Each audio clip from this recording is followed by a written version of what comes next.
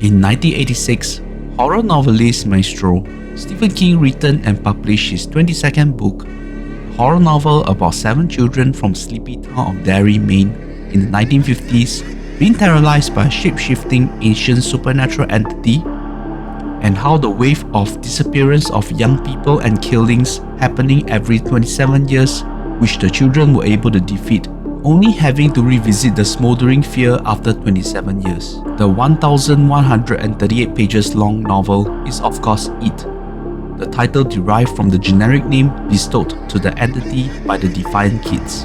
In 1990, ABC released a 2 episodes long TV miniseries of an adaptation of It, and my god, I wonder how many children had been scarred for life as I did when I caught it on local TV around that time. Tim Curry's Pennywise the Dancing Clown was creepy just at one look, even without the expanded jaw of death. The image of Pennywise sends shivers to anyone with any degree of chorophobia. Curry was immaculate to instill fear to young children more so than the adult counterparts.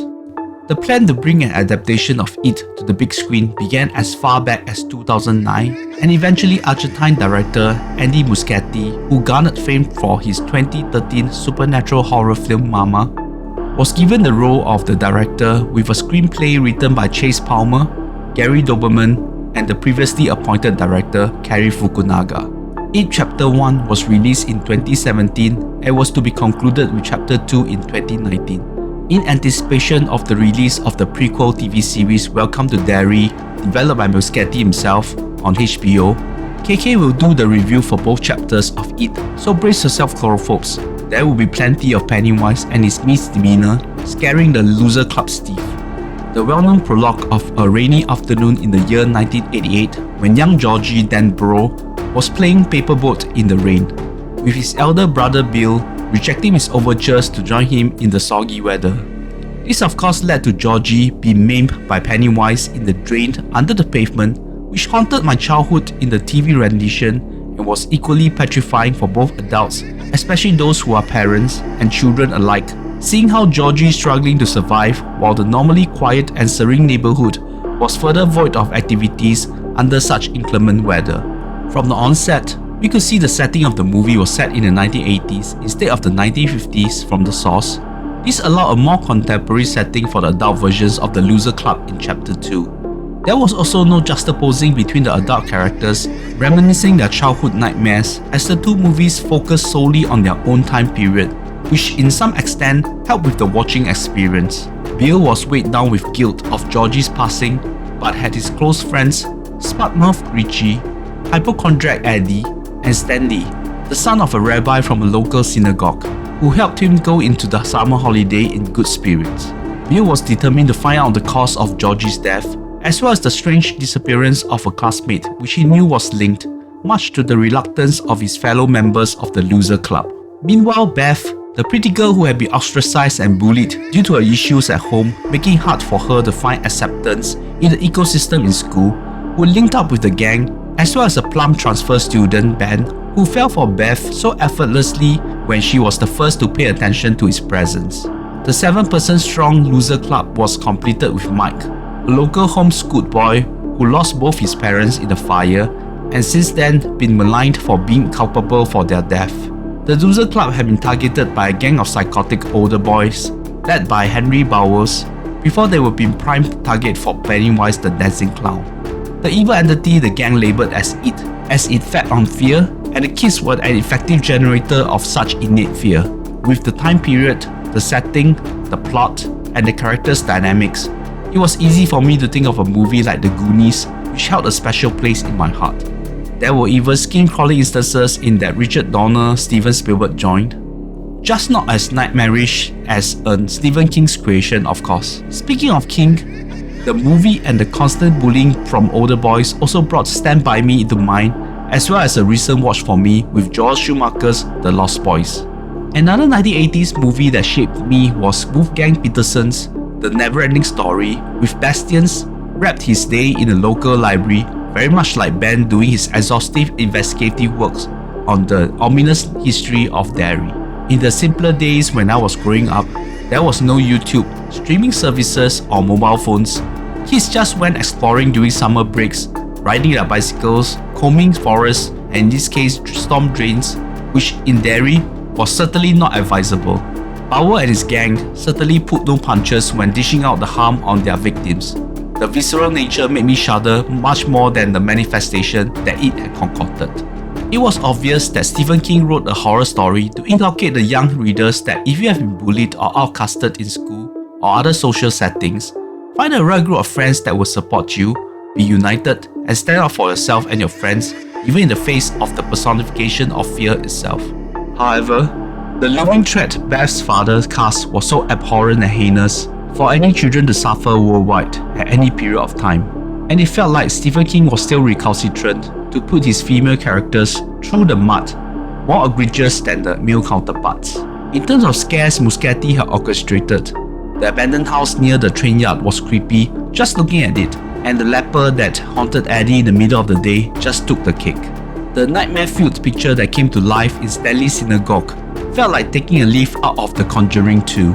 Talking about scaring the audience, we definitely have to talk about Bill Skarsgård reprisal of Pennywise, which many audience commended for a monumental performance, but I'm of course biased, feeling that no one can top Tim Curry's version of Pennywise. Skarsgård, who eventually became a generational method actor, who did not care if he went unrecognizable for the entire movie with roles like The Crow and Nosferatu, went all in to demonstrate pure evil and sprinkled a bit of levity. If he needed to drool to get into the scene, he would. However, upon realizing William Poulter was the first choice to be in the role, I actually thought that might be a more interesting casting choice. We had talked about Jaden Martell in the review of Y2K, which was not great, but his rapport with his co-star Julian Dennison held that movie while it lasts. As stuttering Bill, he was solid as the protagonist and the leader with emotional nuance to bang upon. He was the main victim from its reach of evil and held his own when he was needed and was able to rouse the troop at the precipice of the ultimate showdown. When we saw young Finn Wolfhard in this movie, released straight after the first season of Stranger Things, another based in 1980s with children fighting evil entity, it can be a bit of a mix-up for general audience, especially he was also pretty snarky in that series, but more controlled as compared to Richie here.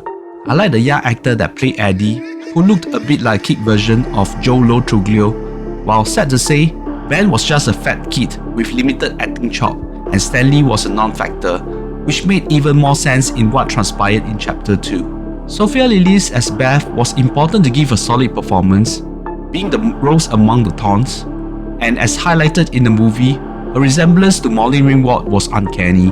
Mike had that wretched expression throughout, especially the tragedy befallen to his character. I don't want to be bad, but he felt like a token character. I appreciated the fact that there was no notable adult casting member that was still the limelight of these young actors, and their performances were instrumental to the success of the movie, which earned an impressive $700 million from a budget of $35 million. It Chapter 2 was released 2 years later in 2019 and written solely by Gary Doberman, which tells the second half of the novel when 27 years had passed and the Loser Club were losing their selective memories with regards to the events happening in Derry that summer in 1988. In the prologue, a gay couple was targeted by a bunch of local Derry homophobic ruffians, and I was quite lost when watching the sequence because the asthma inhaler made me think about Eddie, and I kept thinking if the gangsters were linked to Bower, especially it felt like they were too young to be him. Adult version of Mike was the only one who stayed in Derry and joined law enforcement when he saw cryptic messages near the bridge where the gay man had been ghastly mutilated. He knew that it had returned. Mike would call his loser gang compatriots, all of whom had lost contact for a protracted period of time, and thought nothing about this reunion back in their hometown. After realizing that Mike was leading them to complete that death-defying job they failed to accomplish 27 years ago, further compounded by the tragic news of one of their friends, as well as the scary manifestation started appearing, there was little surprise to see many of the Loser Club wanted to bail out. Before the likes of Richie could go back to the comfort of their lives elsewhere, it had started to hunt them down, including unleashing a threat from their childhood. Chapter 2 is a hefty 169 minutes long, with a huge chunk telling the stories of the Loser Club trying to convince by Mike and go piecing the lost memories after vanquishing it in their childhood, which also meant they lost the will to face the fear and bring down the ancient evil once and for all now that they are adults. The second act of the movie was quite tedious to sit through, with the characters going around getting the remnant of their past so that they could carry out the MacGuffin of the ritual to vanquish it, which Mike had learned from how the indigenous people did during the days of yore.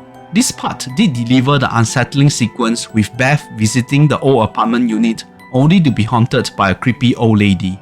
It also gave us the cameo from Stephen King himself as the store owner of the antique shop, where Ben saw his old bicycle he had named Silver from the Lone Ranger TV series and wanted to buy it. Despite a lot of flexing of muscle from Pennywise, who at this juncture had been a bona fide horror icon with the success of Chapter 1, there was nothing too outstanding from Bill Skarsgård to work on to outdo what he did in earlier film.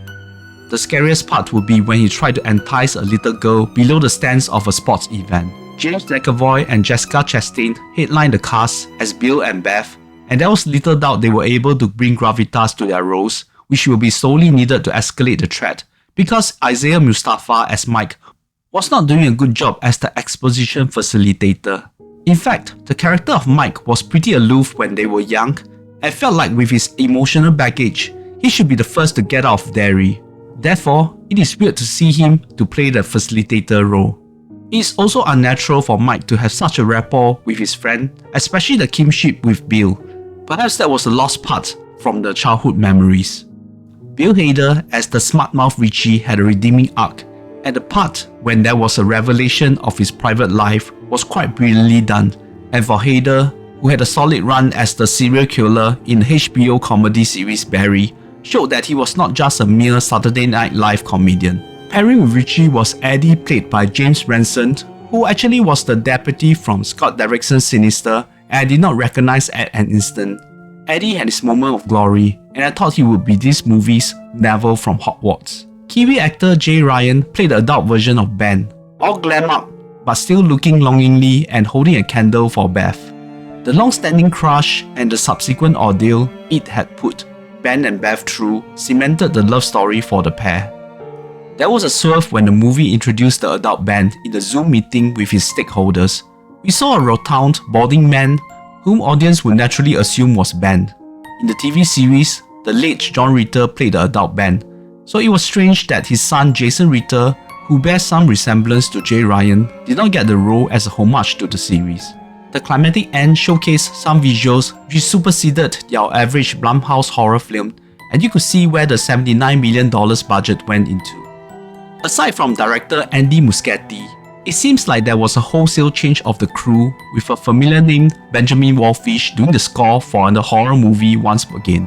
Gary Doberman took the sole screenwriter credit this time round, and from the way the loser club scampering around Derry to resolve the threat, it felt like Doberman did a like for like in his updated version of Salem's Lot, which I had reviewed previously. Chapter 2 did not perform as well in the box office, and perhaps like myself, audience were fueled by the nostalgia of 1980s style kids adventures from Amblin Entertainment and cared more about the kids side of the stories and the dangers they faced. The movie did include some scenes shot that were not shown in Chapter 1 to help bridge over some plot lines. It would be hard to sit through a good 300 minutes for both chapters in one sitting, but you should go in knowing the hefty nature of the source material.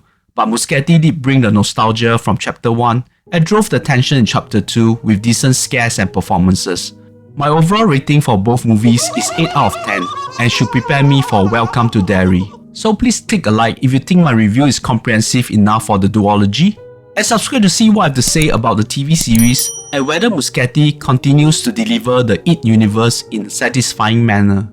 My previous review was something away from the horror spectrum, in Anson Chan's The Last Dance, which touched on the funeral culture and taboos Chinese people had with regards to death. In an alternate version of It Chapter 2 with myself doing the casting, you will see a lanky Pennywise played by William Poulter terrorizing the likes of Bryce Dallas Howard, Joe Truglio and Jason Ritter.